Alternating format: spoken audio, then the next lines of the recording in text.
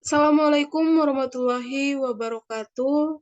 Yang terhormat Bapak Dr. Syamsul Arif, MPD. Yang terhormat Ibu Lasena Sialagan, MPD, selaku dosen pengampu mata kuliah penelitian tindakan kelas. Perkenalkan, nama saya Nur Anissa Lubis dengan NIM 2202111011 dari kelas reguler C 2020 Prodi Pendidikan Bahasa dan Sastra Indonesia, Fakultas Bahasa dan Seni, Universitas Negeri Medan. Pada video ini saya akan menjelaskan dari hasil penelitian tindakan kelas yang sudah saya unduh dengan judul peningkatan keterampilan bercerita siswa kelas 7B SMP Negeri 1 Prambanan Sleman dengan menggunakan media boneka tangan. Laporan penelitian tindakan kelas ini dibuat oleh Teni Wulan Sudaniti dengan NIM 072012444055 pada tahun 2011. Pada video ini, saya akan menjelaskan jawaban dari 5 pertanyaan mengenai penelitian laporan tindakan kelas yang sudah saya unduh. Langsung saja ke pertanyaan yang pertama, yaitu apa yang dilakukan peneliti sampai peneliti dapat merumuskan penelitian tindakan kelas tersebut? Baik, yang dilakukan peneliti yaitu yang pertama melakukan wawancara dengan guru mata pelajaran Bahasa Indonesia di kelas 7 di SMP Negeri 1 Prambanan Sleman. Menurut hasil wawancara yang dilakukan pada tanggal 7 Februari 2011 antara peneliti dengan guru mata pelajaran Bahasa Indonesia kelas 7 SMP Negeri 1 Prambanan Sleman, diperoleh informasi bahwa dalam kegiatan bercerita prestasi siswa tergolong rendah, terutama pada kelas 7B SMP Negeri 1 Prambanan Sleman. Pemilihan lokasi penelitian didasarkan pada permasalahan yang muncul di SMP Negeri 1 Prambanan Sleman. Hal ini didasarkan pada fakta di lapangan yang menyebutkan ada beberapa hal yang melatar belakangi masalah tersebut. Pembelajaran bercerita tidak dilakukan secara serius dan beranggapan bahwa bercerita merupakan bagian sepele yang sering dilakukan oleh siapa saja sejak usia balita. Padahal pada kenyataannya di lapangan, masih banyak siswa yang kurang mampu mengekspresikan diri melalui kegiatan bercerita. Ketika siswa diminta untuk bercerita di depan kelas, siswa seringkali tidak mempunyai ide, malu, grogi, sehingga kata-kata yang diungkapkan menjadi tersendat-sendat atau diulang-ulang. Hal ini disebabkan oleh kesulitan siswa dalam praktek bercerita diantaranya karena faktor dalam diri siswa menjadi kurang jelas dan siswa kurang mampu mengorganisasikan perkataannya pada saat bercerita. Dengan demikian, dapat didefinisikan bahwa keterampilan bercerita siswa masih rendah. Cara mengatasi hal tersebut, guru dapat menggunakan alternatif pembelajaran dengan media. Media yang dirasa tepat untuk mengatasi masalah pada siswa kelas 7B SMP Negeri 1 Prambanan Sleman adalah menggunakan media boneka tangan. Didasarkan pada beberapa alasan. Yang pertama yaitu menurut Raimiza, media boneka tangan merupakan media yang paling efektif untuk mengajarkan dalam mengembangkan bendaharaan kata, melatih diri untuk mendengar dan berbicara.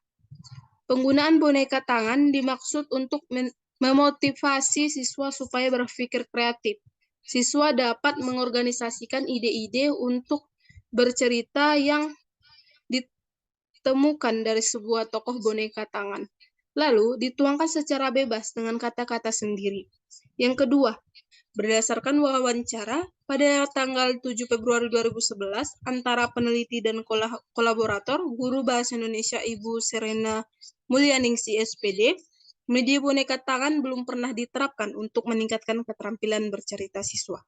Berdasarkan pengamatan tersebut, barulah peneliti merumuskan masalah. Dapat 2 rumusan masalah dalam penelitian tindakan kelas yang dilakukan oleh peneliti, yaitu yang pertama, bagaimana proses peningkatan pembelajaran bercerita siswa kelas 7B SMP Negeri 1 Prambanan Sleman dengan media pembelajaran boneka tangan. Yang kedua, bagaimana peningkatan hasil pembelajaran keterampilan bercerita yang dicapai siswa kelas 7B SMP Negeri 1 Prambanan Sleman setelah menggunakan media boneka tangan. Baik, sekian jawaban saya untuk pertanyaan yang pertama. Masuklah kita ke pertanyaan yang kedua, yaitu apakah peneliti cermat dalam memilih teori sebagai landasan dalam melaksanakan penelitian tindakan kelas? Menurut analisis yang sudah saya lakukan, peneliti sudah sangat cermat dalam memilih teori yang digunakan, karena landasan teori di dalam proposal tersebut telah menguraikan teori-teori yang diungkapkan oleh para ahli. Dengan teori yang digunakan dari para ahli, yang sumbernya memang sudah mendukung penelitian tersebut untuk dilakukan. Baik, sekian jawaban saya terhadap pertanyaan yang kedua. Langsung saja ke pertanyaan yang ketiga, yaitu instrumen apa yang digunakan peneliti dalam mengumpulkan data.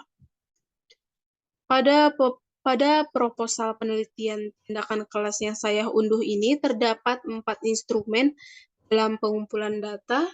Yang pertama ada catatan lapangan. Catatan lapangan adalah riwayat tertulis, deskriptif, longitudinal, tentang apa yang dilakukan atau dikatakan guru maupun siswa dan situasi pembelajaran suatu jangka waktu.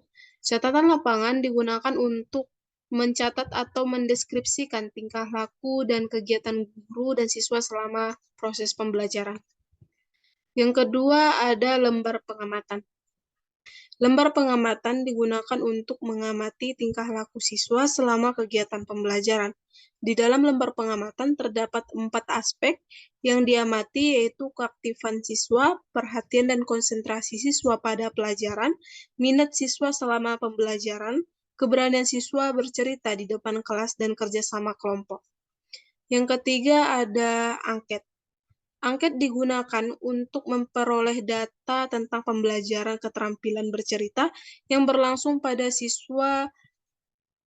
Angket terdiri dari 2 jenis, yaitu angket pratindakan yang diberikan sebelum tindakan dilakukan untuk mengetahui keterampilan bercerita siswa sebelum diberi tindakan, serta angket pasca tindakan yang diberikan di akhir penelitian dengan tujuan untuk mengetahui penggunaan media boneka tangan dan pembelajaran bercerita di SMP Negeri 1 Prambanan Sleman.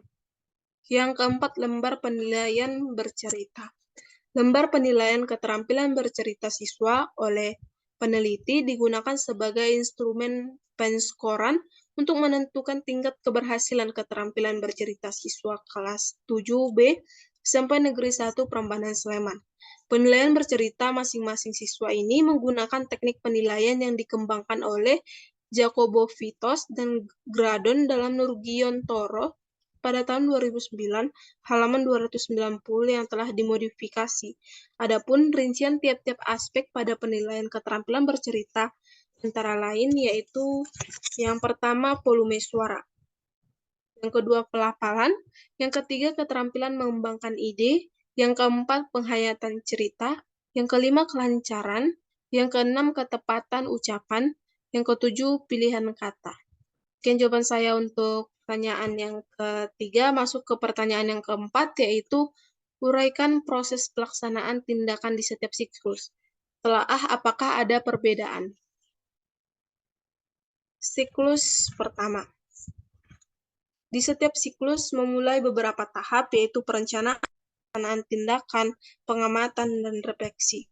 Penelitian tindakan kelas pada siklus pertama dilakukan dengan 2 tindakan, yaitu tindakan pertama adalah pemberian materi tentang bercerita dan cara penggunaan media boneka tangan untuk bercerita, dan tindakan kedua yaitu pelaksanaan praktik bercerita siswa dengan media boneka tangan. Yang pertama, perencanaan. Berdasarkan hasil survei awal yang telah dilakukan dalam kegiatan pratindakan tersebut, diketahui bahwa keterampilan bercerita siswa masih rendah. Siswa masih malu, grogi, kurang ide, sehingga siswa kelas 7B belum mencapai batas maksimal ketuntasan belajar. Mengacu pada hasil analisis itulah, peneliti berasumsi bahwa perlu dilakukan tindakan yang mampu mengatasi permasalahan tersebut. Yang kedua, pelaksanaan tindakan. Pelaksanaan tindakan pada pembelajaran keterampilan bercerita Dengan menggunakan media boneka tangan diharapkan dapat meningkatkan keterampilan bercerita siswa, baik proses maupun produk, terutama pada siswa kelas 7B SMP Negeri 1 Prambanan Sleman. Yang kedua, pelaksanaan tindakan. Pelaksanaan tindakan pada pembelajaran keterampilan bercerita dengan menggunakan media boneka tangan diharapkan dapat meningkatkan keterampilan bercerita siswa, baik proses maupun produk, terutama pada siswa kelas 7B SMP Negeri 1 Prambanan Sleman. Yang dilakukan pada pelaksanaan tindakan itu dilakukan pertemuan pertama, pertemuan kedua, dan pertemuan ketiga. Yang ketiga, pengamatan. Pengamatan penelitian tindakan siklus 1 ini dilakukan oleh peneliti secara cermat dengan menggunakan instrumen penelitian sudah disiapkan. Selain itu, juga dilengkapi dengan catatan lapangan dan dokumentasi berupa foto dan rekaman. Hasil pengamatan penelitian tindakan siklus 1 ini dapat dibedakan menjadi dua bagian, yaitu pengamatan proses dan pengamatan hasil produk. Pengamatan secara proses meliputi aktivitas fisik siswa selaku subjek penelitian dan pelaksanaan pembelajaran keterampilan bercerita dengan menggunakan media boneka tangan. Respon siswa terhadap pembelajaran dan situasi yang tergambar ketika pembelajaran berlangsung. Pengamatan secara produk berupa skor dari hasil bercerita siswa di depan kelas. Yang keempat, refleksi. Tahap yang dilakukan setelah pengamatan adalah tahap refleksi. Tahap refleksi ini peneliti bersama kolaborator mendiskusikan kembali apa yang telah dilaksanakan pada siklus 1. Penelitian dan kolaborator mendiskusikan dan menganalisis hasil tindakan pada siklus 1. Kegiatan refleksi yang dilakukan didasarkan pada pencapaian indikator keberhasilan penelitian. Oleh karena itu, refleksi untuk siklus 1 dapat dilihat baik secara proses maupun produk. Secara proses, siswa menjadi lebih aktif dalam pembelajaran keterampilan bercerita dibandingkan sebelum diberi tindakan.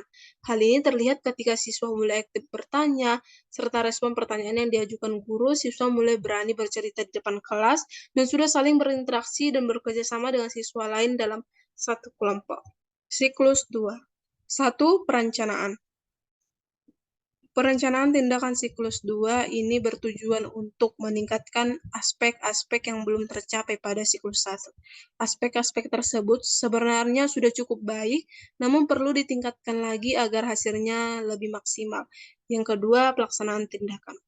Pada siklus ini, diharapkan dapat meningkatkan keterampilan bercerita siswa baik proses maupun produk, terutama pada aspek di siklus 1 yang belum memperoleh nilai maksimal baik secara proses maupun produk. Pelaksanaan tindakan pada siklus 2 dilakukan selama 3 kali pertemuan sebagai berikut, yaitu yang pertama pertemuan pertama, yang kedua pertemuan kedua, dan yang ketiga pertemuan ketiga. 3. Pengamatan. Peneliti bersama kolaborator melakukan pengamatan terhadap tindakan yang telah dilakukan pada siklus 2. Hasil yang diperoleh dari pengamatan ini meliputi dampak tindakan terhadap hasil pembelajaran atau biasa dikenal dengan keberhasilan proses dan produk. Yang keempat, pembahasan. Pada penelitian ini, pembahasan difokuskan pada deskripsi awal keterampilan bercerita siswa, pelaksanaan tindakan kelas dan pembelajaran keterampilan bercerita dengan media boneka tangan, dan peningkatan keterampilan bercerita siswa dengan menggunakan media boneka tangan. Berdasarkan hasil pelaksanaan siklus 1 tersebut, dapat diketahui bahwa masih perlu dilaksanakan perbaikan pada siklus 2. Pada saat refleksi, peneliti memberikan solusi agar mencari tema yang mudah dan dekat dengan siswa.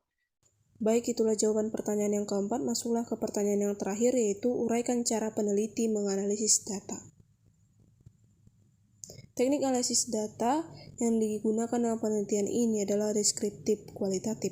Teknik ini digunakan dalam rangka mendeskripsikan kemampuan berbicara siswa sebelum dan sesudah mendapat tindakan.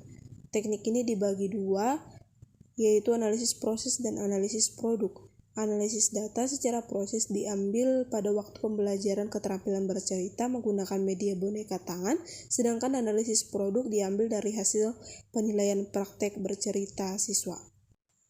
Demikianlah jawaban dari 5 pertanyaan yang sudah saya jawab dengan baik. Semoga bermanfaat. Apabila ada kata-kata yang salah, saya mohon maaf. Wabillahi taufiq wal hidayah. Wassalamualaikum warahmatullahi wabarakatuh.